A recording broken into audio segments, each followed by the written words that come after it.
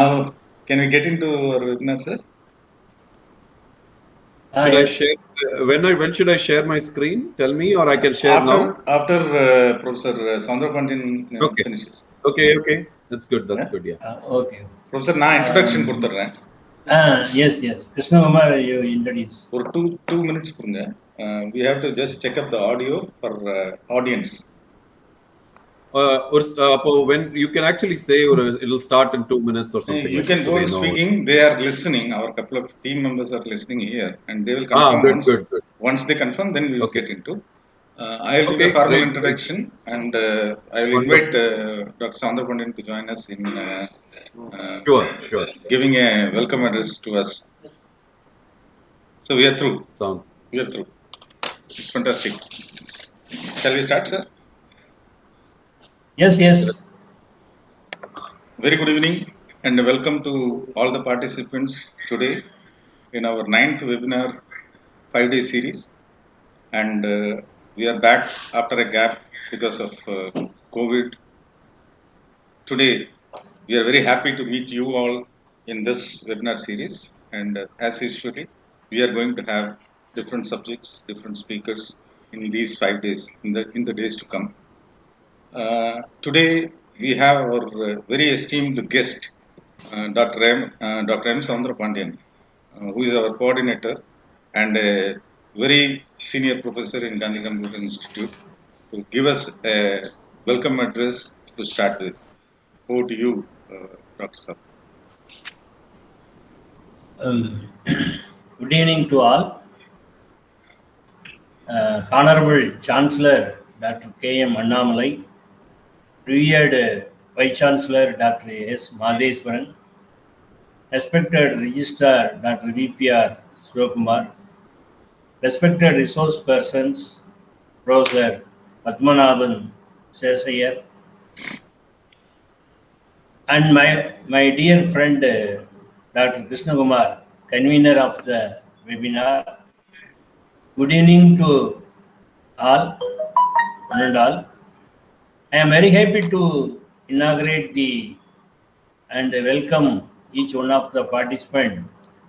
The 9th 5-day webinar organized by the GRI Center, New Delhi. As a coordinator of GRI Center, I appreciate the convener, Dr. Krishna Kumar, for convening the webinar series as directed by the Chancellor of GRI. It is very interesting to say that even foreign, the reputed scholars are presenting the paper, are delivering the lectures in the webinar. During the pandemic period, the webinar series are very useful and inspiring the academicians and research scholars, student friends. I extend the heartfelt welcome to the resource persons for the 5 days. Today, the resource person, reputed person, Professor Pdmanabhan Seshaiyar, and tomorrow Dr. Anjanaya Sharma Naudri, and Dr. M. Ramani, and Dr. Muralidhar Megawal, Dr. M. Karthiayan. On behalf of the GRI Center, Gandhigram Rural University, I extend our heartfelt welcome to each one of the resource persons.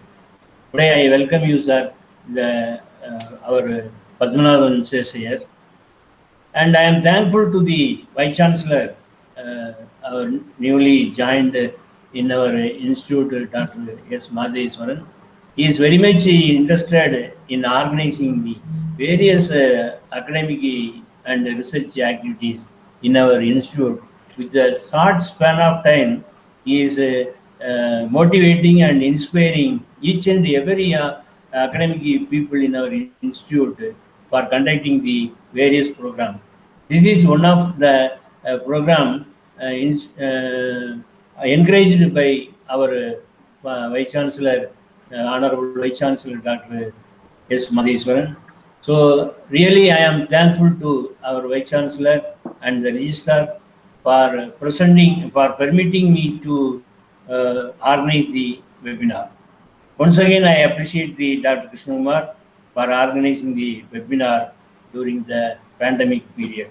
Thank you. Thank you very much. Thank you for giving an opportunity to inaugurate this webinar.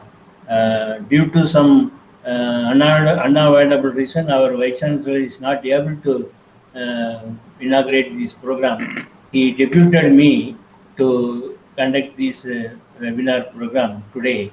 So, on behalf of the Vice Chancellor and our GRI Center, I extend heartfelt welcome to each one of you and our staff members in the GRI Center. I extend the heartfelt welcome to each one of you, the participants of the webinar. So, thank you very much. Thank you. Thank you. Thank you. Thank you, Doctor. It was a very warm welcome. It Yes, is great to you. have you in this evening to say great about Gandhigram Institute. There is no need of telling anything about you because you yourself are a library in your subject. Thank you so much, Doctor. Okay, okay. Over Thank to you. the webinar. I am really thankful to our Chancellor, Dr. K. Mannamalai, for handholding and supporting this webinar series. Our Honorable Vice Chancellor, Madheshwaran sir, and our Honorable Registrar, VPS Shivakumar sir, Dr. VPS Shivakumar sir. This is very, very interesting to have this kind of webinars and enrich students, staff fraternity of our institution. And I welcome everyone in this program, those who have joined us and those who are going to see it in YouTube later stage. Today, on the 9th webinar, first day, we have Professor Pdmanabhan Seshaiyar with us, and he is going to deliver a lecture on educational innovations to promote sustainable development goals in India.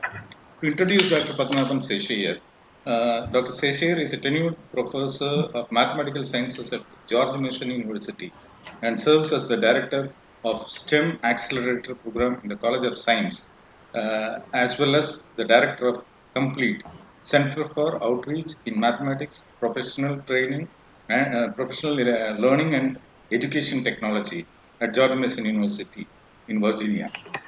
His research interests are in broad areas of computational mathematics, computational data science, scientific computing, computational biomechanics, design and system thinking, entrepreneurship, and STEM education. During the last decade, Dr. Seshaiyar has initiated and directed a variety of education programs, including graduate and undergraduate research, K-12 outreach, teacher professional development, and enrichment programs to foster the interest of the students and teachers in STEM at all levels.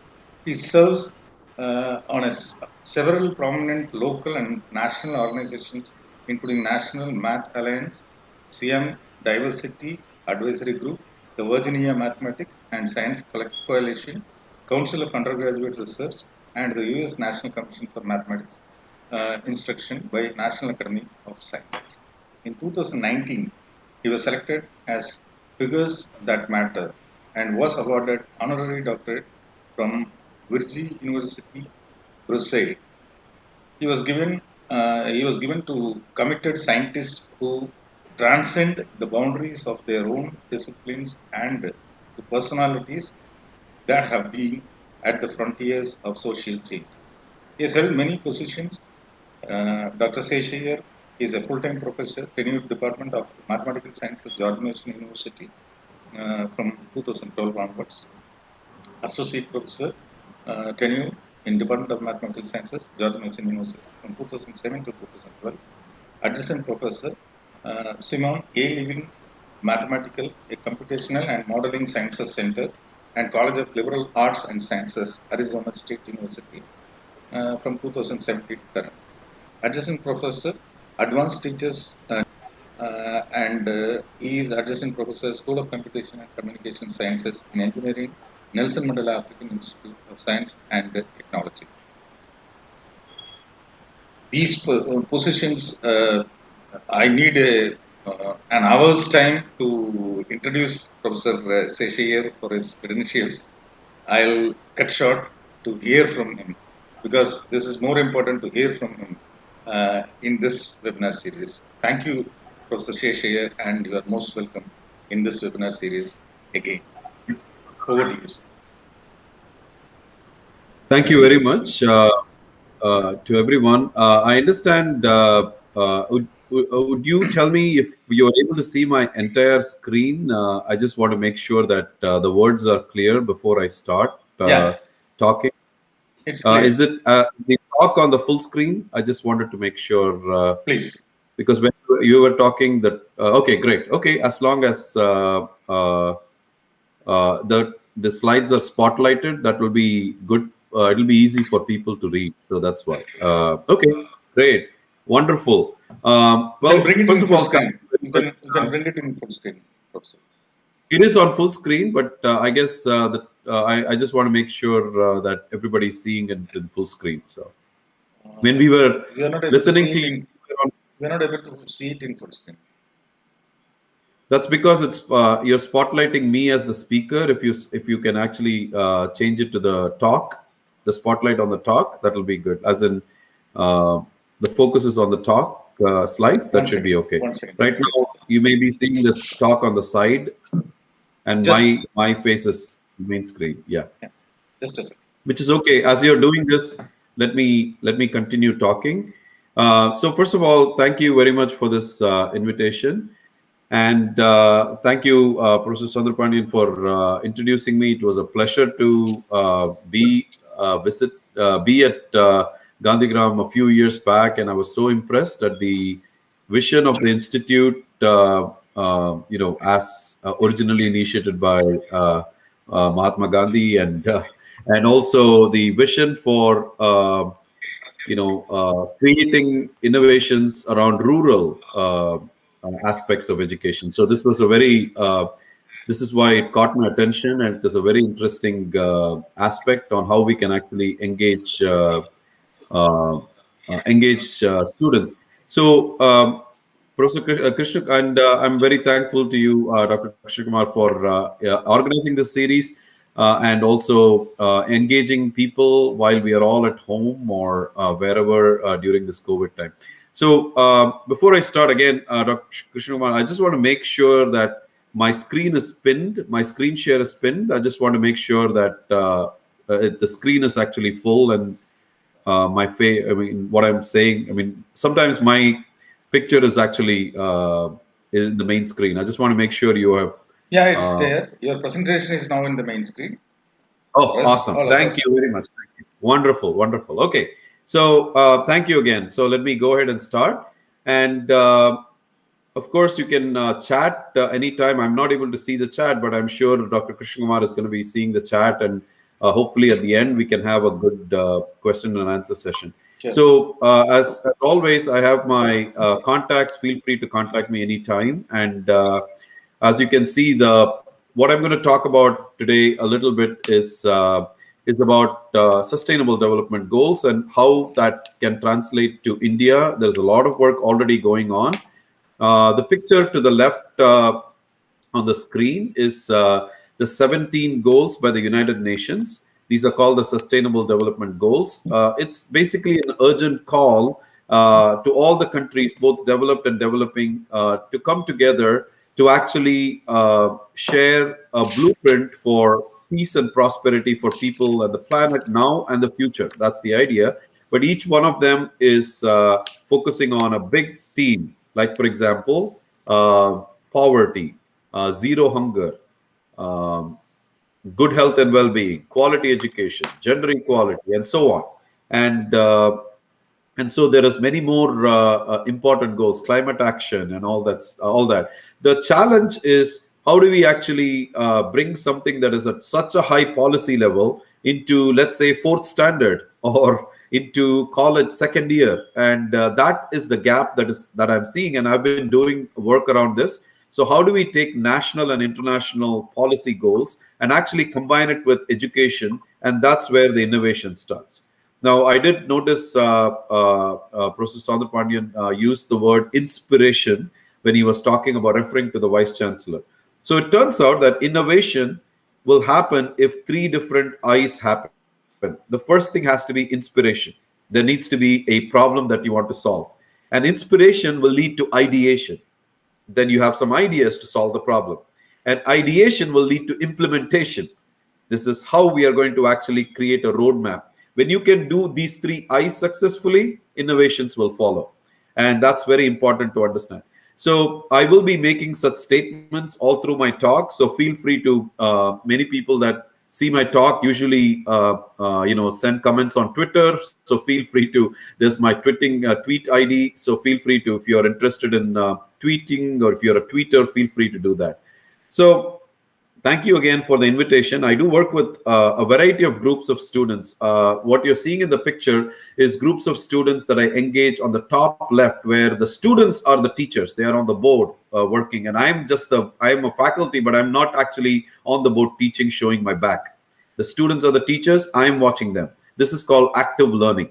Right next to it on the top is I'm working with soldiers from the field who will come and tell me, I would like to solve this problem. I did not know how to do it in the field, real problems. They come bring in. How do you actually turn something in mathematics or engineering to help address problems in the field, where they have to make decisions right there. Right next to it on the top row is students engaged in research, undergraduate research. If I can request everyone to mute their audio, that will be wonderful. And then in the second row, you're seeing, may I request whoever is on unmute, if to mute yourself, please. Once again, on the second row, this is where I'm actually engaging students and teachers in a school in a country called Suriname, which is in South America. And on the far right is, on the middle row, is teachers in the United States that I work with. I work with about 300 teachers every summer to exactly engage them in educational innovations. Now, of course, in the bottom row, again, engaging teachers both inside the classroom and outside the classroom. And in the very bottom in the center is one of my favorite programs that I created called Focus. Focus is an acronym for females of color and those underrepresented in STEM. Underrepresented, underserved, those that don't have too many opportunities. So I bring about 100 girls to campus and we engage them in science, technology, engineering, mathematics, entrepreneurship, design thinking, app designs, and so many different things. And I will tell you, a story later on about this particular program. And then, of course, if you do all these things, continue to do it, you get the message from the White House. So all the way in the bottom is the Senator of Virginia, who we had a chance to go present our work in. And right next to me, in between us, is a student who actually engaged in research with me. And we were able to showcase. So not only should science and technology and engineering, mathematics should be done within a university or a college or a school, the policymakers must actually embrace this, not just sitting in somewhere and making policy decisions. They must actually have a dedicated day to this. So what I'm trying to suggest here is the reason we were able to go to the White House is because the White House has a specific day. And imagine if Prime Minister Modi is going to dedicate one particular day called the National Education Day, where kids from several schools, universities are selected to go to the parliament and actually present their posters, their research. And that's what I'm talking about. Now, that happens on a regular basis in the United States. And within each state, it is a different model. And I think that is where the policymakers have to make time that particular day to, forget about everything else that they're doing, but to concentrate on what the kids, the students are delivering. And that is how you can actually make very small steps in innovation. And of course, you all know about the National Education Policy, which was released in 2020, which is kind of a re-envisioning of a plan from several years back in the 80s. But what is interesting is the way grade bands were reorganized, and also the delivery of the instruction. And if you read deep into the national education policy, they talk about important things like mathematical thinking, critical thinking, and so on, to actually engage students at a very early age. Now, why is that important? Well, if you don't do that, then you are going to get students that are really bored in the classroom, like in the top picture there. And what we really need is to stop thinking students as consumers of education. They are not here to buy education from us. They are here to produce with us.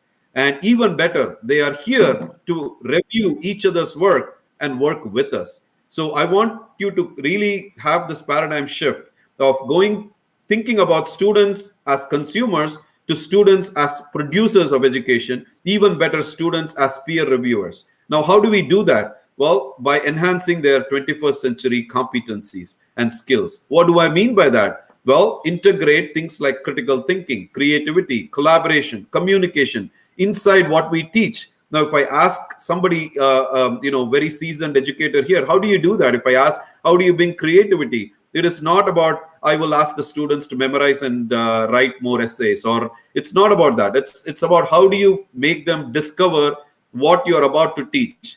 Don't tell them what you want to teach. Teach them what they want to learn. And that's where the power in innovation is going to be.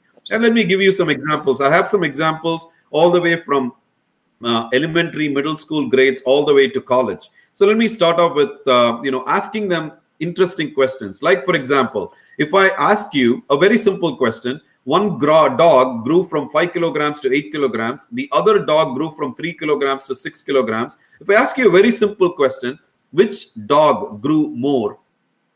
I can tell you 50% of the audience will fail on this. And here is why.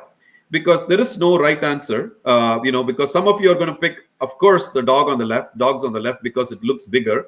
Of course, on the right side, you notice that it goes from 3 to 6. But the reason is because when in education, first children learn how to add. And when they learn how to add, then they learn how to multiply. Multiplication, we teach it as repeated addition. So if you look at the first two dogs, 5 to 8 is 5 plus 3 is 8. 3 to 6, 3 plus 3 is 6. Yes, both of them, if you think about addition or additive thinking, yes, they grew the same. But let's think about percentages. So 5 to 8 is not doubling, but 3 to 6 is doubling. That's 100% growth. So if you were to think about multiplicative thinking, then yes, dog 2 grew more, but we did not see that initially. Once again, can I request whoever is having their unmute to mute, please? I don't know if somebody still has it, because we can hear your sounds as I'm talking. So if you can mute yourself on your side, it'll be wonderful.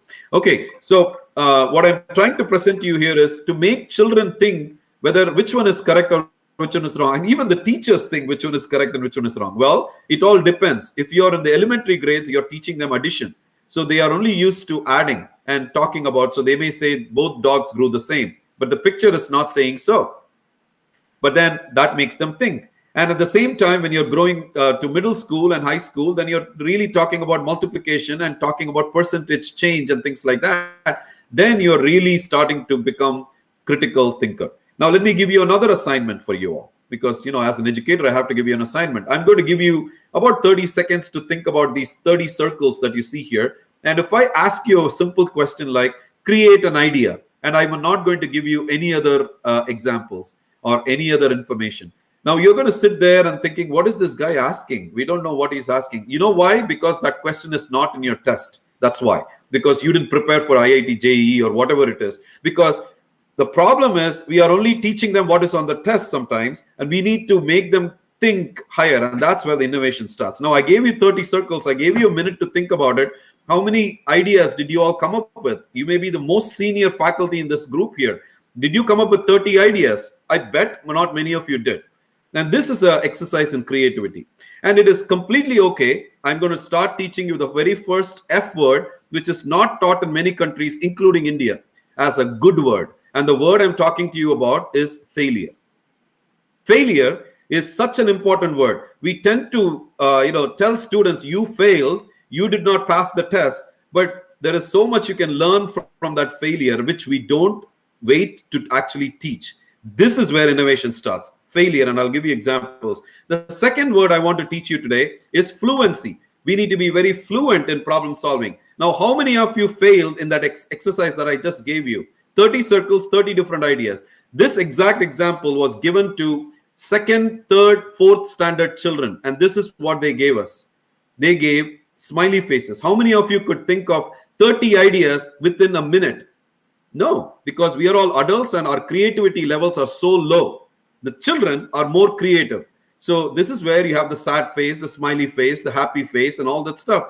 Now that's the second F word for you. The third F word for you is flexibility. A person that was able to draw the soccer ball, the football, the tennis ball, or the traffic light with the red light, the yellow light, the green light, and the person that is able to connect the dots, that student is flexible. Are you flexible? Are you fluent? Or did you learn from the failure exercise today? So this is the most important thing. Now, I am not saying that, but many other main people said that, including Albert Einstein. Failure doesn't mean you are a failure. It just means you have not succeeded yet. Lincoln, failure doesn't mean you have accomplished nothing. It just means you have learned something today. I like Edison's quote. Failure doesn't mean you will never be able to do it. It just means you have to do it a different way. That's why when if I had asked you, I can tell you many kids in India right now or US or anywhere, if I ask who invented the bulb, they'll all say Edison. What else do you know about Edison? Nobody will say he failed 9,999 times before he found the bulb.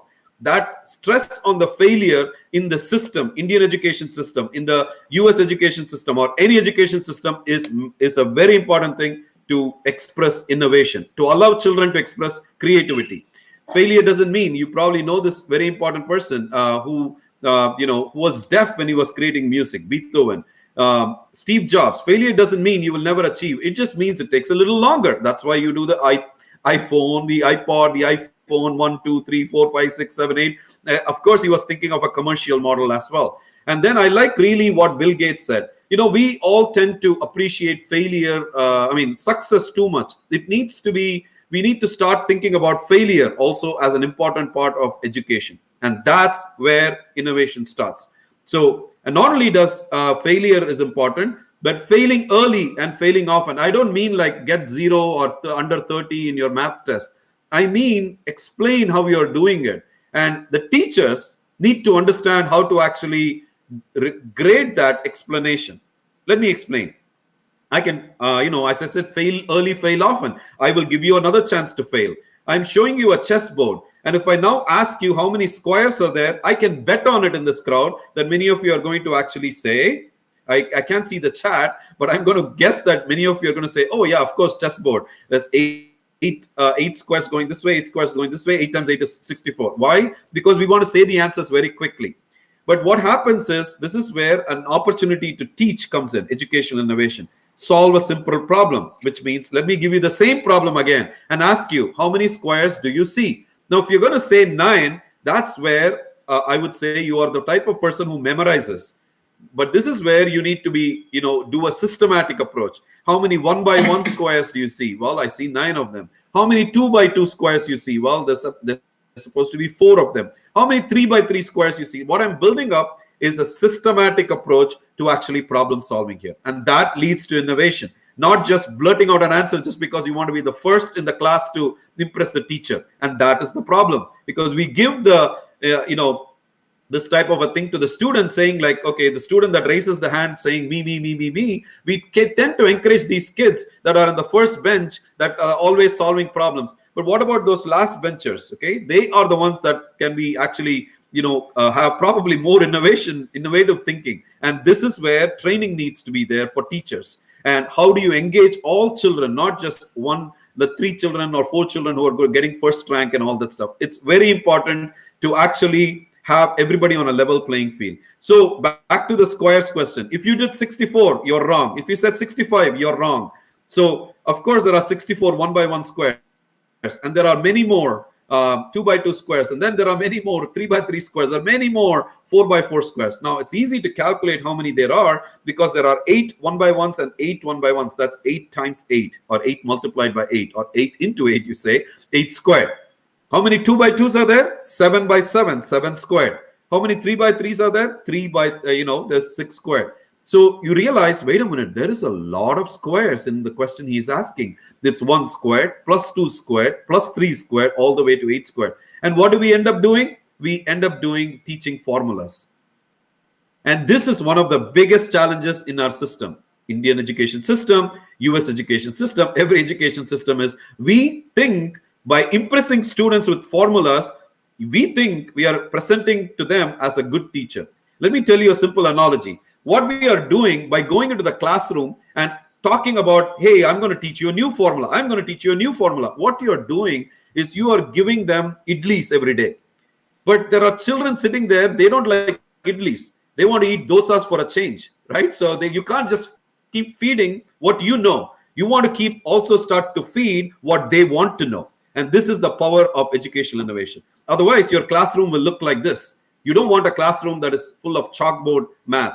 Because what is going to happen is children are going to ask, like, we will ever use this. Then they don't realize when the instructor is talking about exponential functions, then now they realize, oh my God, if I had understood this better, I would have understood COVID better. Now, let me tell you how you can bring this into education. I'm going to start with simple younger grades. Biology classroom, for example. You're teaching about cells. If you're just going to talk about, okay, draw a cell, this is nucleus, this is mitochondria, this is cytoplasm. I mean, some kids don't really care, and you are just trying to teach, and you're going to be like these boys on the right side who are sleeping or who just don't care. Or the girl who's like, what is this teacher teaching? I mean, why should I remember all these things? Why do I care?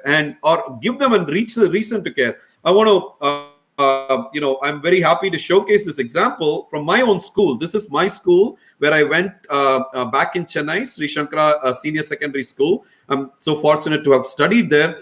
Well, it has been doing lots and lots of, improvisation, innovation in terms of getting students excited. I'm showing you how an 8th grade teacher is exciting students by not telling them what to do, giving them the option to brainstorm.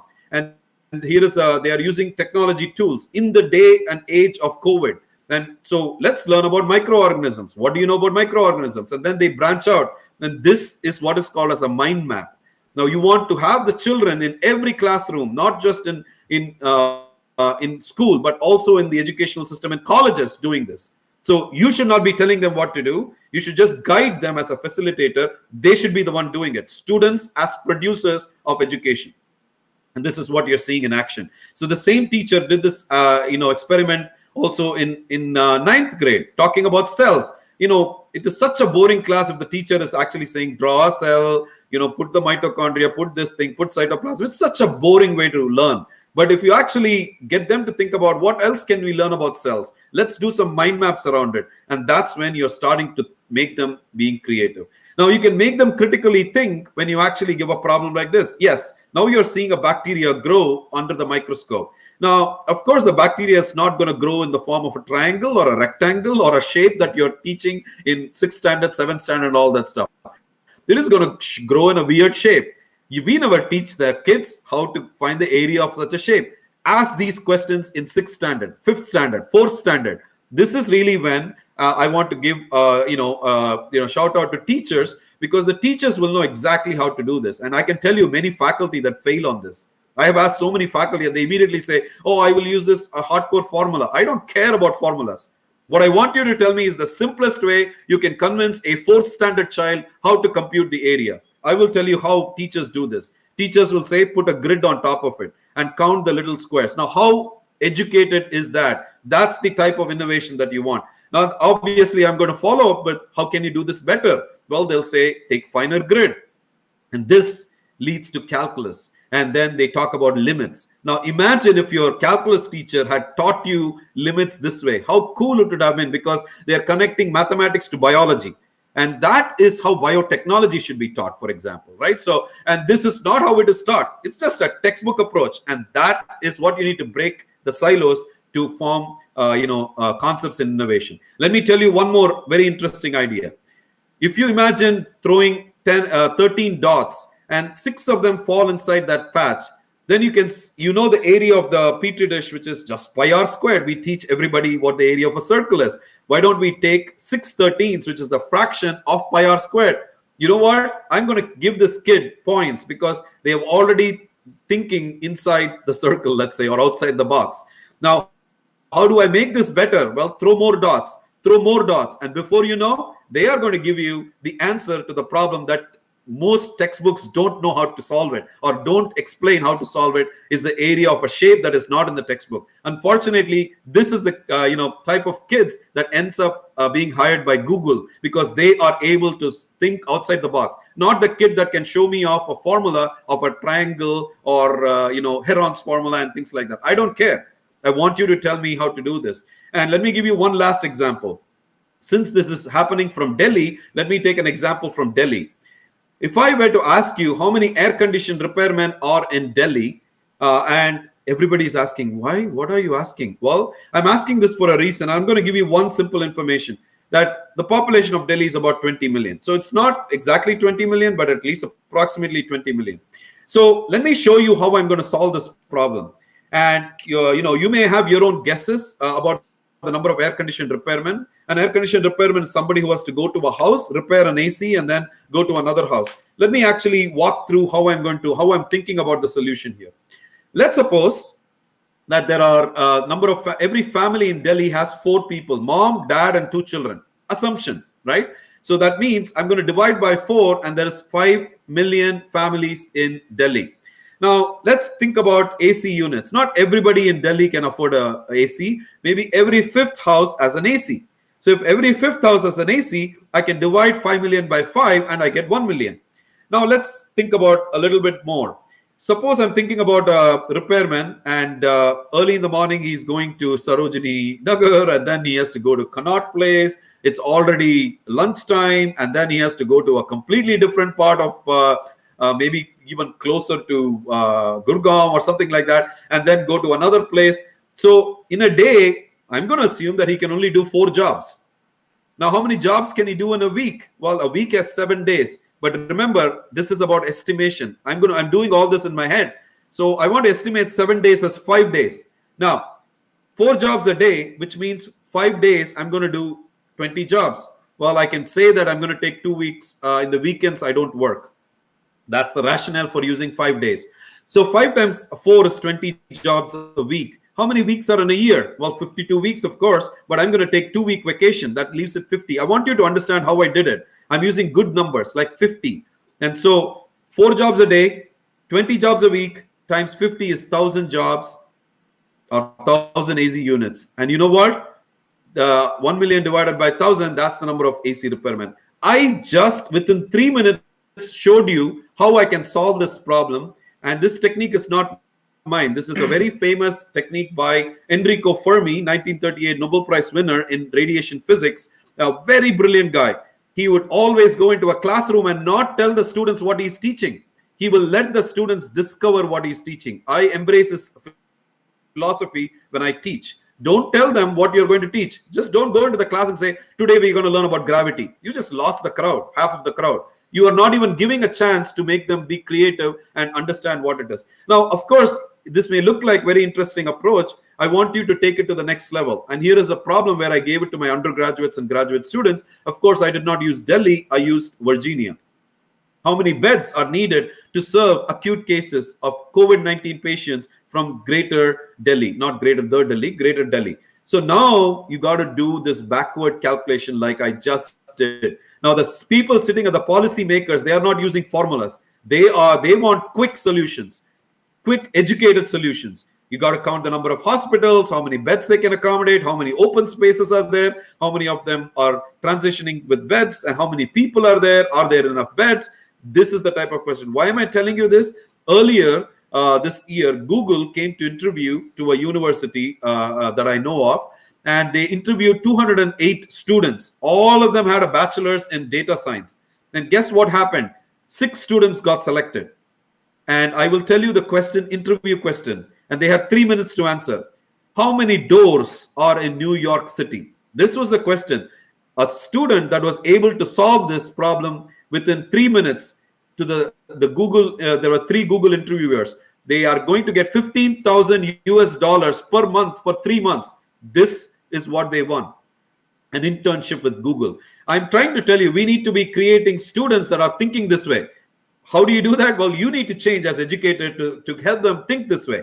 And then you can solve much bigger problems. And I, as a computational mathematician, I do problems involving, differential equations and all that. Yes, I do actually work on, leveling the curve and getting COVID down. In fact, I'm one of the first people to create a COVID model for social behavior, people changing their behavior. Because when they change behavior, the healthcare capacity is going up. So you have a relationship between behavior and healthcare capacity. So you need to understand, you can't just do research, you need to understand the other impacts that happens. When COVID was happening in the US, opioid crisis is becoming higher. So there are other comorbidity cases that happens. So and all these problems that I just told you involves a lot of data, and data becomes a very important target right now. Data science is that area that brings together computer science, computational thinking, the example of Fermi that I did, and mathematics and statistics. Now, believe it or not, we are now working. I am actually developing the first, I am not kidding, 7th and 8th standard class, as well as 9th, 10th, 11th, 12th class, the first data science class in high school. Imagine, instead of math, physics, chemistry, biology, and all this stuff, imagine if we had a data science class in high schools to all those principals and teachers listening to me, all those undergraduate advisors listening to me. Imagine how a cool class in data science would be. Now, this is why I was invited by, I have gotten lots of certificates, but not a certificate from the Prime Minister's office. This was great that I received this in November, when I was invited by the Prime Minister's Commission to serve on a panel. And the panel that the Prime Minister created was called Vaibhav. Vaibhav is Vaishvik Bharatiya Vaigyanik Summit, essentially to bring great minds from all over the world together to think about what is the future for India and what are the areas that India should be investing on. I was very fortunate to be selected under data sciences, and I'm going to share some slides that I shared with them so you understand what I'm talking about. We talked about understanding big data, data that is all around us, the volume of data, the speed at which data is coming to us, the variety of data. You got the MP4s, you got the Excel files, you got the CSV files, you got all these different types of data. So it's volume, velocity. We got to understand this. Now, in terms of educational innovations, that means we need to be teaching computational thinking, not in college. We need to be teaching this. I'm right now developing a class on computational thinking in standard 4, 5, and 6. I am not kidding. Okay. This is going to be a class in standards 4, 5, and 6. And statistical thinking, mathematical foundations, model building, assessment, algorithm, software foundation. We need to really understand all these different things. And then we proposed a lot of things for India, and I will be very happy for Gandhigram, and I'll be working with Gandhi. I'm happy to work with them. I'm already working with several institutions to create sandwich programs. For example, 4-year bachelor's added to a master's with me, for example, from George Mason. The student gets 2 degrees. How do you do that with data science as a lever, for example? Arranging hackathons, around real problems. I'm going to talk about design thinking in just a second. So I'm going to pause for a second. Dr. Krishna Kumar, can I take 15 more minutes? Please. Okay, I'm going to take that as a sign. So I'll take 15 more minutes, and then I will stay for Q&A. So I'm just telling you some of the things, ideas we shared with the Prime Minister's office, and I would love to do pilots. I want a school, like for example, I would love to work with pilot schools. I mean schools as in K-12 education, that is kindergarten to 12th grade. Maybe we can pilot something in data science, and I would like to pilot in a college. What does that look like? Now, I want to leave you with one of the important messages that I started off with: sustainable development goals. Now, how do I bring these major big goals into understanding some problems like poverty, hunger, good health and well-being? It's challenging. I understand that. It's not like that straightforward. How do I bring that into a curriculum like 4th grade or 5th grade? Well, for India, it does translate to something, each one has its own thing. So there's lots of work already going on in India. There's Sustainable Development Goals Academy and all that. And I'm a big proponent of Sustainable Development Goals as well. How do we do that? Well, the most important thing is goal number 4 that you see here. Goal number 4 is quality education that you see here. So we need to figure out how do we engage students in the classroom differently. So here you're seeing a picture of how I engage students all the way from elementary grades that are actually outside the classroom with bamboo skewers measuring the height of a tree. This is called experiential learning. To students in the bottom in the country of Suriname trying to actually test and learning about circuits. This is learning by doing. And to the right in the middle is students learning quadratic equations by building a catapult. To the top, where students are learning about solar and renewables. This is the program that I was telling you with all girls. To the right, where teachers are actually understanding what failure means. And I will be very happy to engage you in failure. I mean, anybody that is going to say you are the smartest in the world, you just spend time with me for 5 minutes and you will understand what failure means. Okay. And then at the bottom, students outside experiential learning, collecting data from rivers and actually, taking that back and actually understanding about pollutants in the river. So that's how you engage quality education for all. How else can you engage it inside the classroom? Again, learning by doing, collaborative learning, and having them speak rather than you speak. The educators should understand the philosophy of teaching less so that the students will learn more. This philosophy that I just told you, teach less, learn more, is why Singapore is on the top of the world in education. That is the philosophy from the Ministry of Education. India does not have a slogan right now, but I would love to see an actual slogan. Ministry of Education from Singapore slogan is teach less, learn more. The Ministry of Education from Finland, learning by doing. So I would love to see a powerful slogan like that, which can actually change or at least enhance the system in India. In the US doesn't have a slogan either. So something like that is a very big message.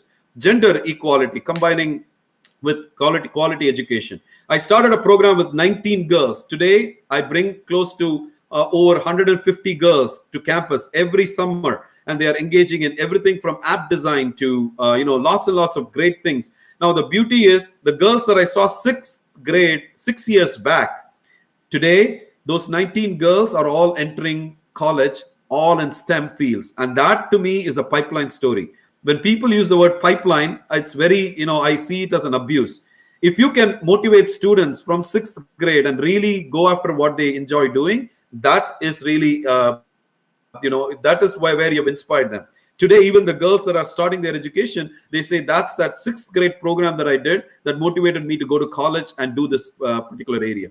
Now, another very powerful technique that I teach is called design thinking. I don't have time today, but I'm happy to come back to give a full lecture on how I do this. Now, if you're noticing, there's a very good example of design thinking, which is a human-centered approach to problem solving, which is you start by empathizing. That means finding the needs assessment of people. Then you define your problem statements. Then you ideate solutions. Then you prototype, and then you test. Many companies fail today because they jump to solutions too soon and they solve the wrong problem. Not just companies, universities. They are solving the wrong problem because you all want to jump to solutions. Understand which problem you want to solve. Prioritize the problem statements and figure out which one you want to solve. Because I can give you this example of Arvind's eye care in India, which is probably the world's largest provider of eye care. From 2006 to 2007, there were 2.3 million patients that were served, and so many free. Over 60% of the people got free service. But the most important thing that they did was they studied the market, not because they were capitalistic or anything like that. They simply wanted to help people. So they went to the users and figured out how to actually build eye camps before they know that they have to have surgery. And that was one of the big innovations they did. The second innovation that they did was typically to have those types of intraocular lenses. It's costing $300-$400. What they did was they created their own lens, and that is another innovation. So that's about $2, and that's the type of innovation, so that you can reach many thousands of people in India, for example. The third innovation they did is delivering this on the bus or on the streets. And so this is what I'm talking about. Quality is for everybody. And that was the principle of Arvind's eye care. It's an example. Why? Because they attacked the problem from an inspiration, then they ideated, and then they implemented. And that is how problems need to be solved. And I was very fortunate to take this idea of design thinking all the way to Africa and try to actually think about how to stop poaching in Africa. Poaching is killing of elephants. How do you stop that? And so we applied design thinking to this, and our solution was building a drone that is actually watching from up, seeing which poachers are ready to shoot an elephant and then catch them in action. So this is the type of problems which is peace and justice, which is goal number 16. So I'm trying to tell you how you can use these big goals and combine this with education. And here is the Minister of Education from the country of Suriname, a very good friend of mine, who wanted to actually create some kind of innovation on all the children that have lost their studies due to COVID. So, I train teachers on STREAM. STREAM is science, technology, reading, engineering, arts, and mathematics. It's a new area that I created. We all know STEM. We all know to do this better, you need reading, you need writing. So we said, why don't we stream movies, we stream videos, we stream audios, why don't we stream education? Simple concept. And so what we did was I worked with the minister to combine things that we need to teach the children, like face masks, social distancing, hand washing. How do you combine that with mathematical problems? So now there is an entire curriculum that is developed in this country. All problems are based on these three aspects. So how do you actually bring textbook problems that also connects to safety? And this is the first country that is actually doing this, and I'm very happy to work with the Minister of Education. That's the way you do solve problems, work with the highest authorities. So what does this do? Well, it integrates teaching. You engage students, you have them explore, you have them explain, you have them elaborate, and you have them evaluate. And this is what, for example, the teacher from Shankara was trying to do, is to have the students go through this process called 5 E's. And I was able to do it with many other countries, the same exact philosophy. I worked with the Latin American and the Caribbean, engaging teachers online. It doesn't matter if it is COVID. We still have Zoom to do. So you should not complain and say, oh, I can't work today. Well, you just learn to work today. That's all it is, because at the end of the day, everybody has a job to do. So, and how we engage them in different things. Now, one more educational innovation. Almost every room in George Mason, this is a room in George Mason, is if you look at the walls, they are all boards. So imagine if the students are the ones teaching, they are all on the walls writing. This is an educational innovation. Think about Gandhigram, taking many of the classrooms and making all the walls as boards, where the students are actually writing on the boards and expressing what they are thinking. Think about schools having such rooms. This is called active learning, educational innovation. Now, of course, the last thing I want to leave you with is CBSE Math 10th, let's say. They have a very, a structure saying, this is how we're going to grade students. In fact, they go even deeper. They say, remembering, look at this. This is what I don't like at all. If the student can remember, I'm going to give 6 points. If the students can understand, I can give 6 points. If the student can apply, well, all they are doing is just borrowing a very important educational framework called Bloom's taxonomy. Just because there's an educational theory doesn't mean you are going to improve your educational system by just taking that and putting it into your system and using it for assessment. Bad idea. You need to really think about how you can have rubrics around 5 E's, as I said, not just, just having these kids and just grading for the 6 points and all this stuff. Because what's going to happen is you're going to have parents revolting, you're going to have students under stress, you're going to have, children are like wondering, why am I just memorizing things? Because we did not, we need to do a better job at differentiated instruction. And I see that I only have 4 minutes, and I will try to wrap up giving you a very important philosophy I teach. And the philosophy is called iceberg. Now, when we look at problems, we are only looking at the tip of the iceberg. What is outside of the ocean? We need to go down. We need to see the patterns in the behavior. We need to go one more step down. We need to understand the structures in the problem. And then we need to go down and we need to look at the mental models. Let me tell you, I'm the man. Let's say I'm the manager of a institution. I have 4 institutions, one in Chennai, one in Hyderabad, one in somewhere else. Let's say 4 different locations. Or even in Chennai, I have 4 different institutions. Suppose one institution is not doing so well. They are getting poor marks. As a manager of 4 institutions, if I make the decision to move some of the teachers from 3 schools that are doing well to that school that is not doing well, then I did not make a good decision as a chancellor or above. My decision should have been, I should have really studied what was happening in that school or in the institution for the last few years. Is this pattern happening? I should have gone even further down and seen what was the issue there. Are there qualified teachers? Are there qualified, are there benches? Are there boards? Are there chalk pieces? I mean, is the structural issues. Even below that is the mental models. This is what I don't like when people think, oh, those people in that part of Chennai, they don't know what they're doing. They don't know how to learn, or that part. So that type of behavior, that type of thinking is very bad. So where do you start from? Attacking those mental models and then working your way upwards. This is called, my friends, the iceberg approach. Apply this systems thinking approach to any problem that you have. You will see how you can solve powerful and make educational powerfully, and then make educational innovations. So start with the patterns, and then understand the underlying structures, and then look for the mental models. My last pet peeve is the assessments. So don't give like half yearly, quarterly, and then final exam. Give them something formative.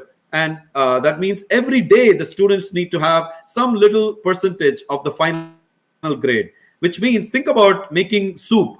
Now, the chef who's making the soup wants to serve you the best soup.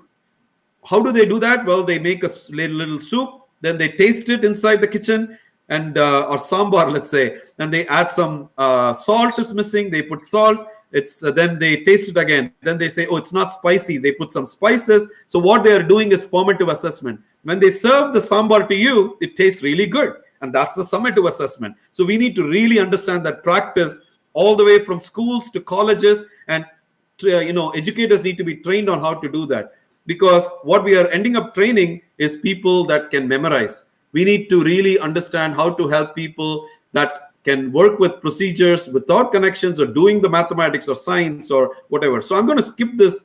So next exam, then there was a simple example. I went back to elementary grades. I'm going to skip this example very quickly, and I'm happy to come back another time to teach. So I'll tell you very simply what it is. It's how we teach division and help. We just say memorize this, flip the bottom and things like that. We don't really say why. Students don't ask why, teachers don't say why. Just flip the fraction because it's a rule. But how easy it is to turn that into literacy problem and say, if I'm asking you 4 divided by 2, all I'm asking you is how many 2s are in 4. Simple English statement. That means take a Hershey candy and then ask yourself how many 2s are in 4. Well, 2 groups.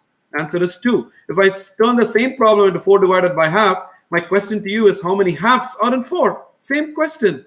Candy bar divided into halves. There's 8 of them. As simple as that. So we need to really get students excited about educational innovation. I'm going to stop with this. My current research is on what happens when people get back into the aircraft and the person sitting next to you is starting to cough and not wearing a face mask. Will you sit next to the person or not? I'm funded by the National Science Foundation to figure out a model on using machine learning.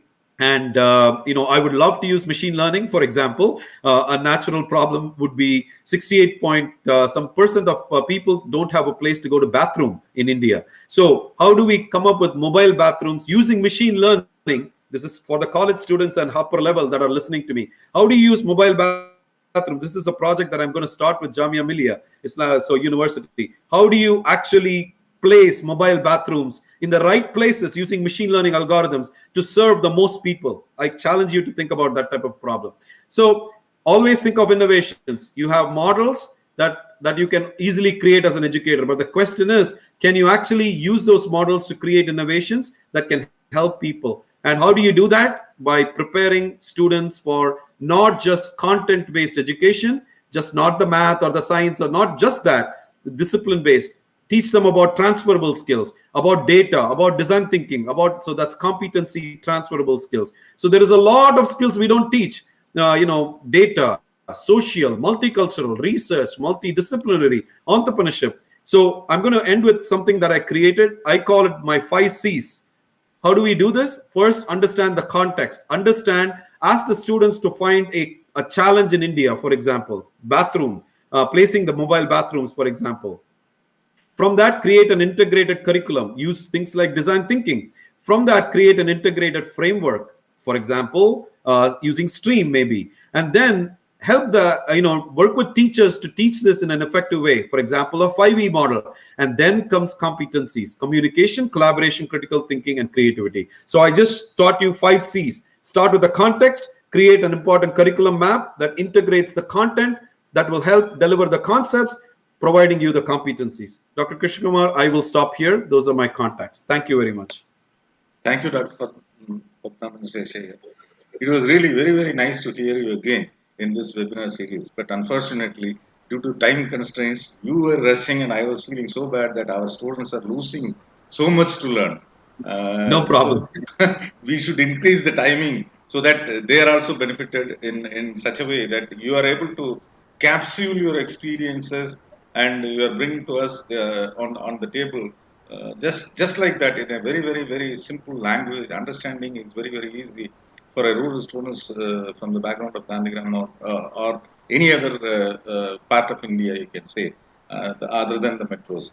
It was really fantastic listening to you, Dr. Seshaiyar. It was not only interesting, it was informative also. There were so many things which I was able to see and learn at this age. And I'm sure I can come and sit in I pray that I should come and sit in your classroom to learn more and more, whatever I can, because it's really great to listen to you. You are explaining in such a way that any person can understand.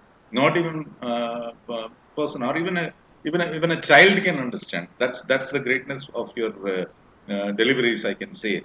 As sitting here in GRI sector, I'm also seeing so many people, those who are coming, and it was really live. You have been explaining everything in a best possible way, so that anybody who listens to this webinar can understand what you are talking about. It's like you are challenging the minds of people, those who are listening, like me.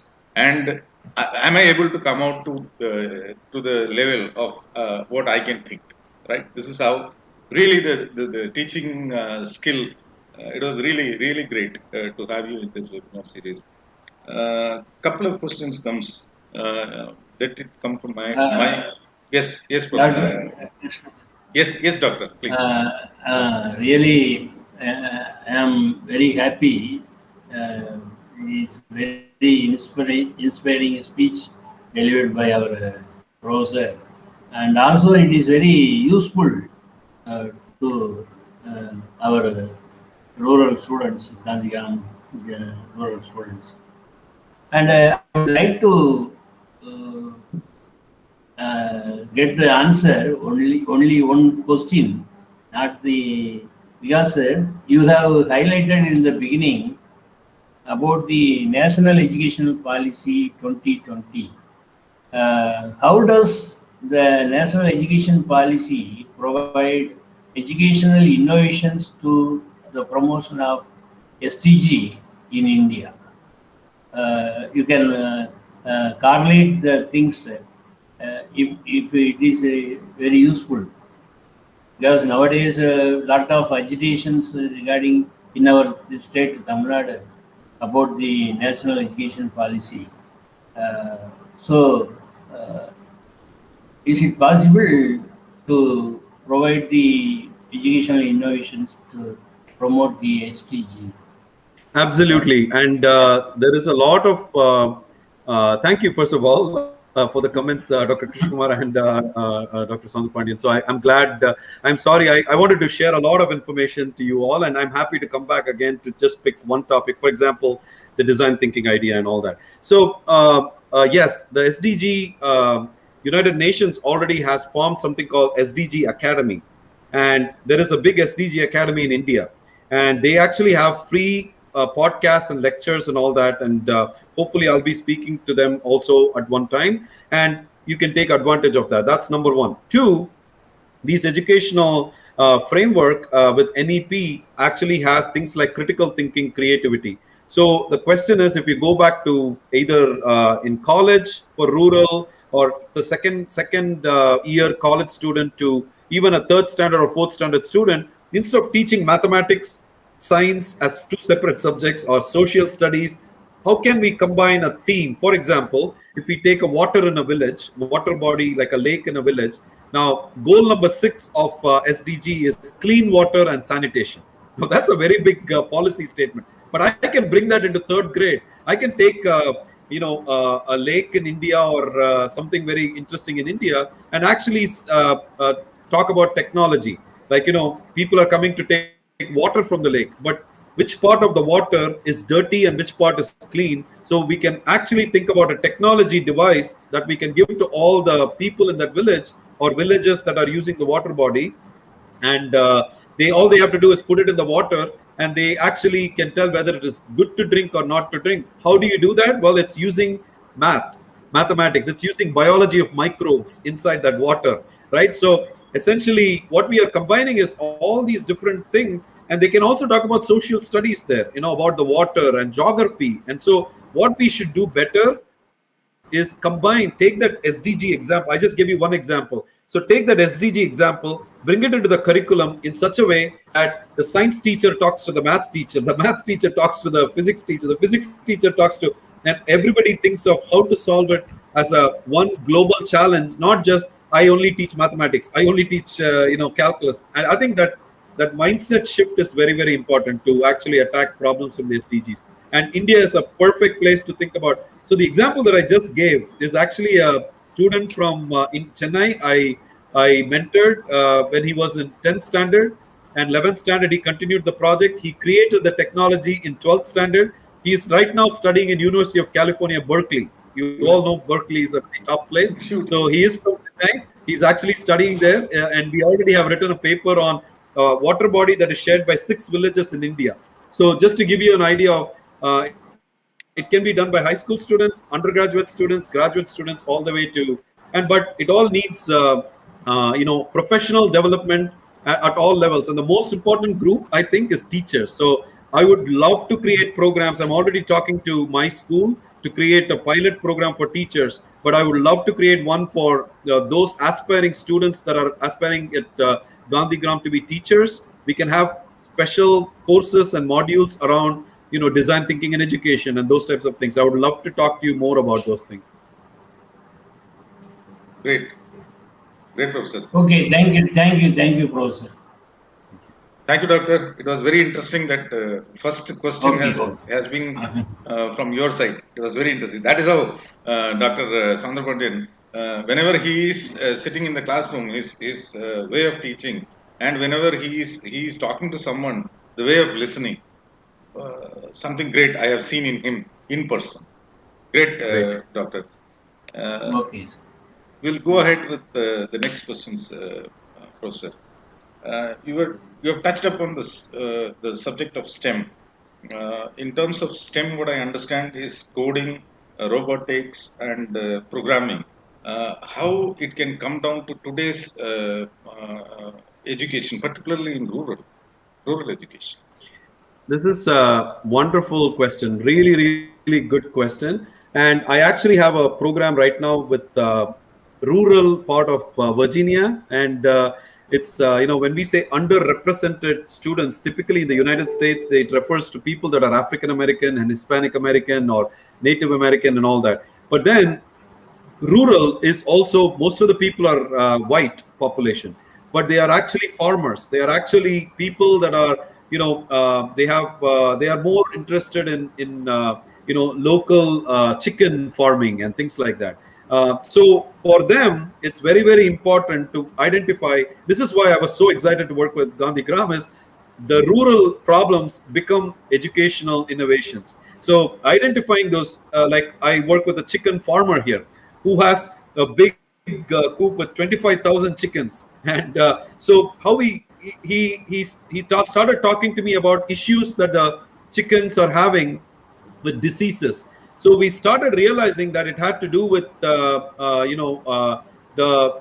poop, chicken poop, and that poop that goes into the water next door, which leads to the Shenandoah River and people drinking the water, and cows going to the river. So what we created was a structure to use the rural approach to create educational innovation. Back to why you said coding, that's one of the misconceptions is when they think of STEM, immediately people are saying it's robotics, robotics. It's this thing. Unfortunately, that's not only robotics. In fact, I can tell you many places in India, many places in the US, many places in many countries, they actually make this commercial and say, I will teach you STEM. That's not STEM. STEM is not like I will teach you robotics and programming. It's much more than that. It involves science. How do you teach well? How do you engage them to become a biologist or chemist or the science? Mathematics is completely dropped. When you push robotics, people are hating mathematics even more. So how do you make mathematics meaningful, engage the students and all that stuff? So STEM to me is should be all together. And this means if you're talking about robotics, why are you building the robotics? Why are you building the device? Is there so my mission and mantra is build a digital tool with a purpose.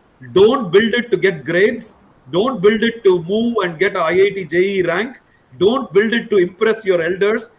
Build it not for yourself, build it for the user.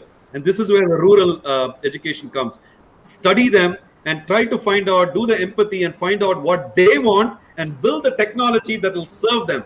And this is the challenge with all these big companies right now. In India, I know so many companies. I work with some of the companies. And the first thing I ask is, why did you build this tool? Why are you having this database? Why did you do this? And the typical solution that I get, the answer I get from these people, they say like, oh, because the company wanted it. I said, why did the company want it? Did you even ask them why they want it? They'll say, because that's the product line. I said, what do you mean product line? That's how we make money. So ultimately, it all becomes capitalistic commercial thing. They are not solving because they want to solve the problem for the people. Sometimes they're solving for growing the company. But you can do both things. I'm not saying don't grow the company. Grow the company, but grow the company at the cost of helping people. And that type of CSR type approaches, which I know, don't do CSR just because every company is doing, so I will make my little CSR and show that I'm doing a CSR. No, your CSR should come from the actual people around you and then build that back into your product. And that's where social entrepreneurship comes. So we really need to teach students about what is social entrepreneurship. It needs to be a class in the college. It needs to be exactly where they need to start thinking. So back to your question, STEM is not just robotics. If somebody's coming to sell you a product, please don't get lured. That's not STEM. STEM is much more than robotics.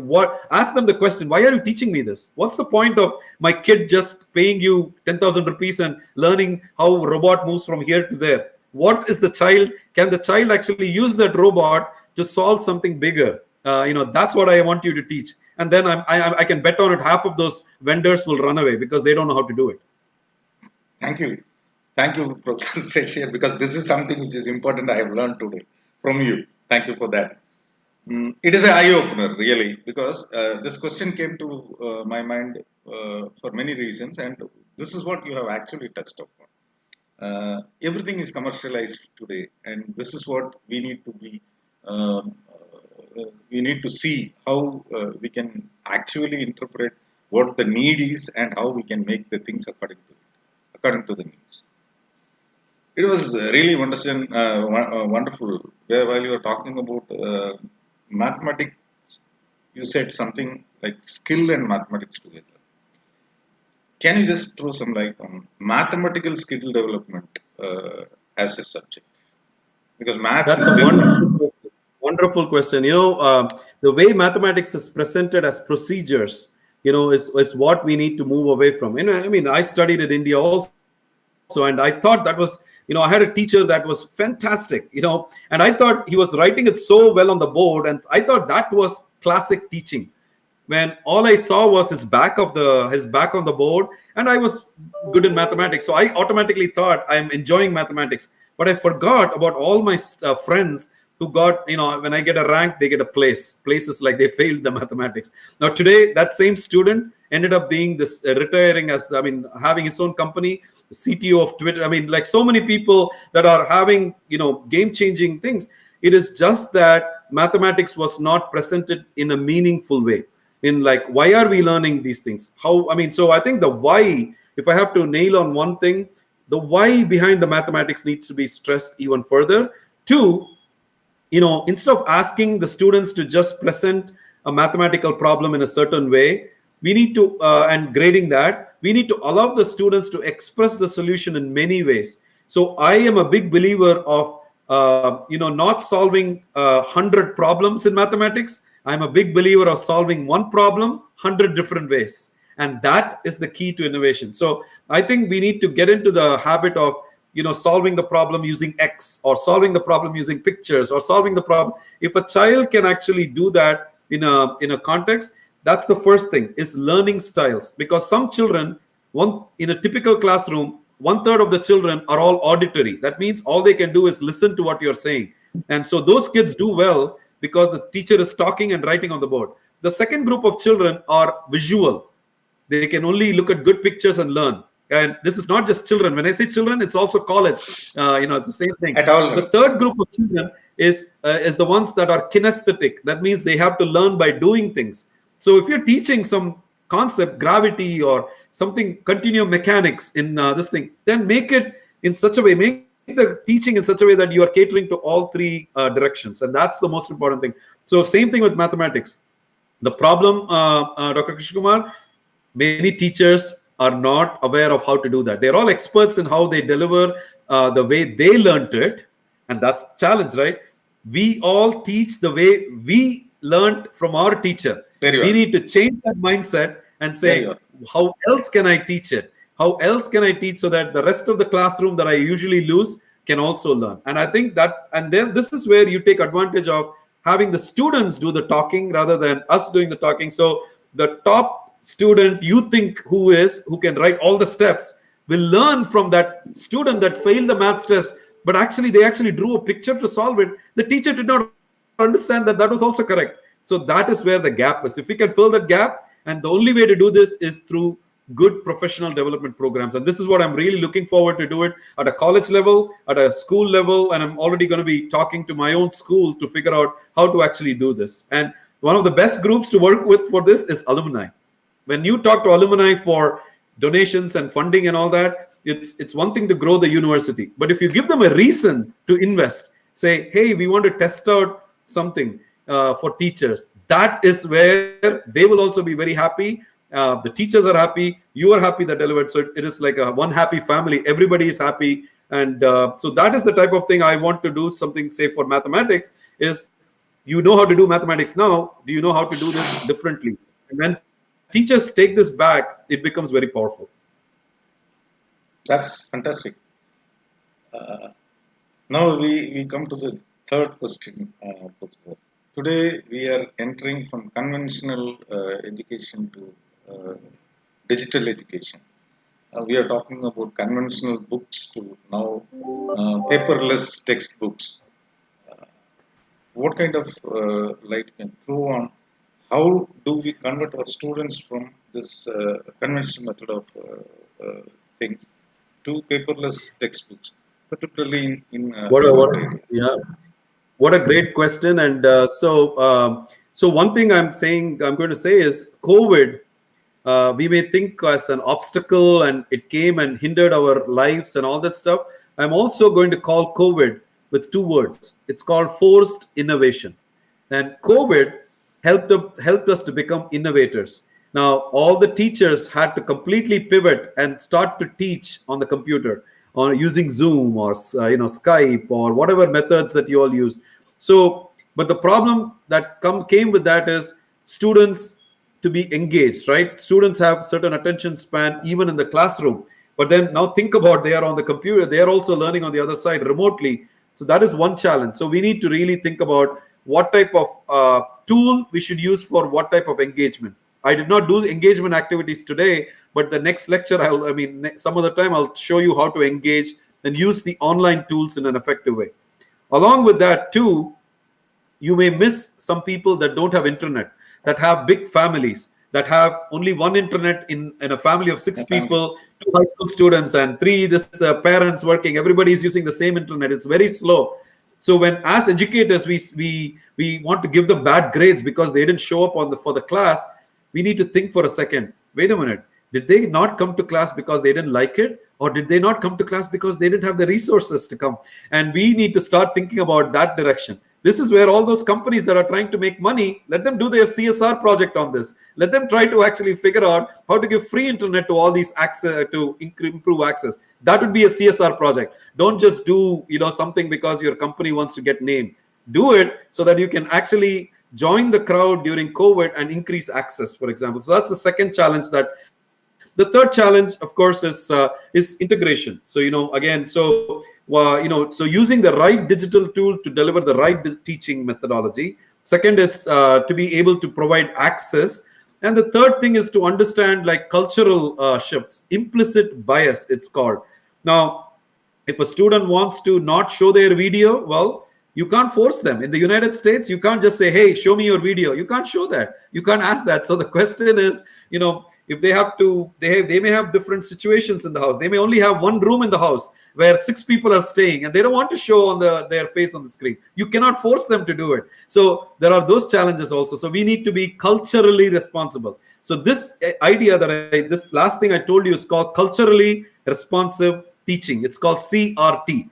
So there are all these different things that educators are not aware of. So we need to be aware of these important things. So I think there is a lot we can learn from digital world thanks to COVID. So one thing I thank COVID for, I think, is helped us to go beyond our imaginations and use internet to make the education even better. So somewhere there is an obstacle of COVID, and somewhere there is an opportunity of COVID also. Yes, exactly. This is how you have explained Make it an opportunity. Make all challenges an opportunity. That's the whole idea. So, true. Absolutely. Now we are going to the next level of course. Next question.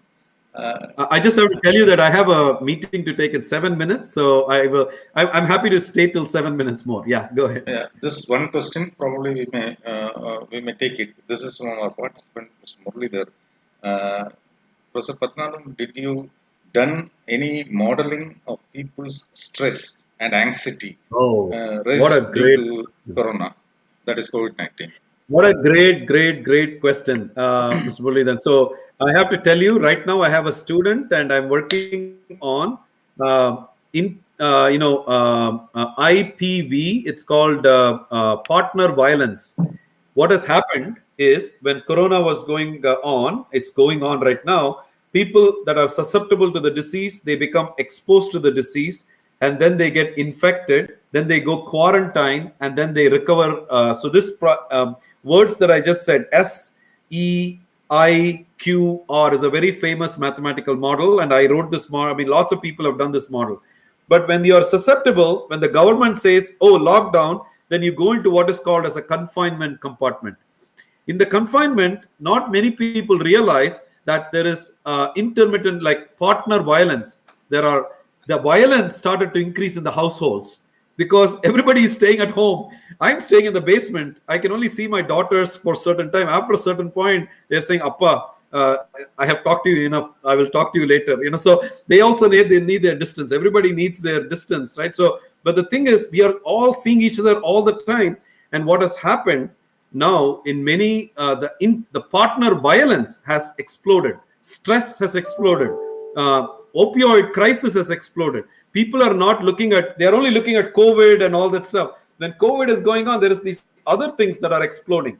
And so to Murali, yes, great question. I'm right now modeling partner violence along with COVID. This is a paper that we'll be submitting next month. And we already modeled social behavior. That is willingness to wear face mask in the public crowd and all that. And stress is something that I'm very interested in modeling. Yes, there are lots of people already looking at it. Thank you. Thank you, Dr. Professor Pdmanabhan Seshaiyar. It was very nice hearing to you because of constraint in your timing. We actually have no option other than leaving you. It was very much. It was really very interesting, and it will be certainly a library material for many people. Which this webinar series is going to be a library subject. It was very interesting to hear so many things. CRT, that teach less and learn more. The learning by doing is all the anecdotes are the captions you have given is really pushing our minds. Yes, we also should have, as a country, we also should have something like this. to look at further innovations and how to make teaching as a real innovation to achieve our goals. This is something I personally thank you for taking your own time, very precious time of you from your busy schedule to be with us in this evening. For you, it's morning. And I conclude this session by saying that I thank Professor Pdmanabhan Seshaiyar for being with us in this webinar series and had delivered a fantastic uh, webinar or a lecture on education and innovation to promote sustainable development goals in India.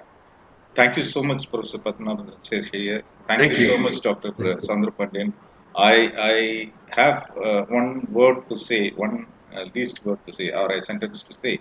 The largest vaccination drive is on in our country, and request all the people, whoever is listening to us, our family members and others, to get the inoculation done at the earliest so that we fight the COVID with full spirit and might.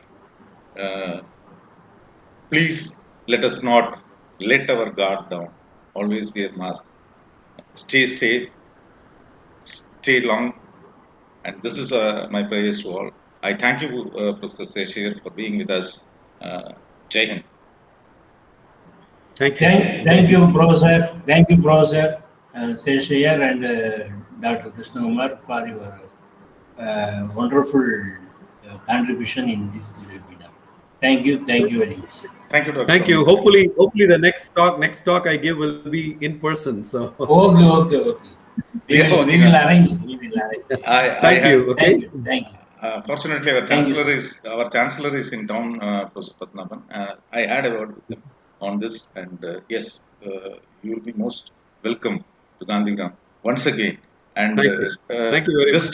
This time it should not be one day visit. I personally request you to be with us for some little more time from your busy schedule. Absolutely. Get something, give us something which is innovation, and let's do something together as an institution, Absolutely. as an individual. Thank you so much. Looking forward to it. Okay, thank you, sir. Thank you. Bye. Thank you. I am leaving. Bye. Okay. Thank you. Jai Hind.